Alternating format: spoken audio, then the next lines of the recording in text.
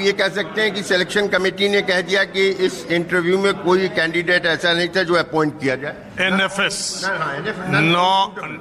Non found suitable, यही तो अस्त्र है जो वो कहते हैं कि लागू कर दिया जाता है हमारे लिए।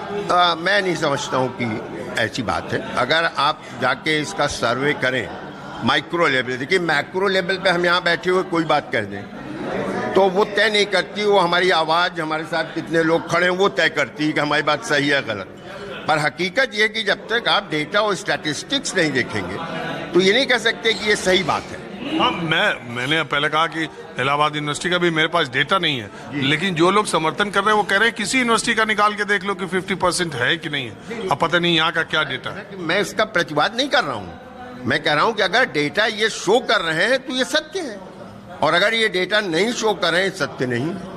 अब सर आखिरी सवाल आपसे कि ये जो यूजीसी के रेगुलेशंस छात्रों के लिए है, ये छात्रों की या उन इंस्टीट्यूट्स संस्थानों से ये बात बाहर आम जनता तक भी चर्चा का विषय बन रही है क्या? निश्चित रूप से। हाँ, निश्चित रूप से। जो ओपन कैटेगरी है वो इनसिक्योर महसूस कर रहा है, और प्रेस इस तरह से चीजों को प्रेजेंट भी कर रहा कि भय की स्थिति बढ़ती जा रही है। देखिए, किसी भी चीज की प्रतिक्रिया किस रूप में आ रही है। देखिए, आपने देखा एक डिवाइड तो डे 1 से शुरू हो गया।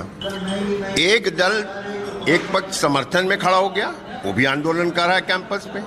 एक विरोध में खड़ा हो गया, वो भी आंदोलन कर रहा है कैंपस में।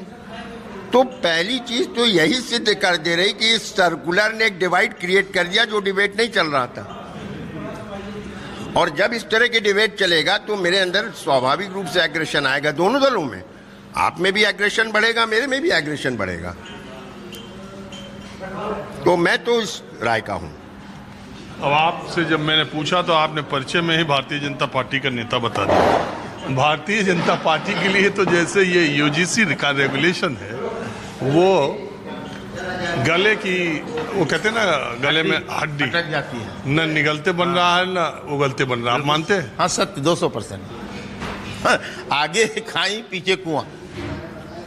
अब ये चीजें भाजपा के हाथ से निकल गई हैं। जो भी रिलीफ मिली है वो सुप्रीम कोर्ट से मिली है, उसका लाभ भाजपा को नहीं मिलने वाला है, क्योंकि आपने तो लागू कर दिया।